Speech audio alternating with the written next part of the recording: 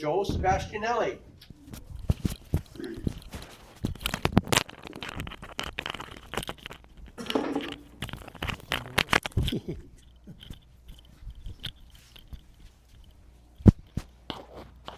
I made this a little while ago. It's a piece of walnut branch that I turned, and this is a piece of maple that I it kind of warped on me, so I couldn't set it. It was wobbling all over the place, so I thought, well, I'll just put a stand on it and make it sit like that.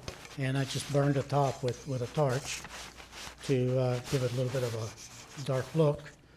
And that's what I come up with. So it's walnut and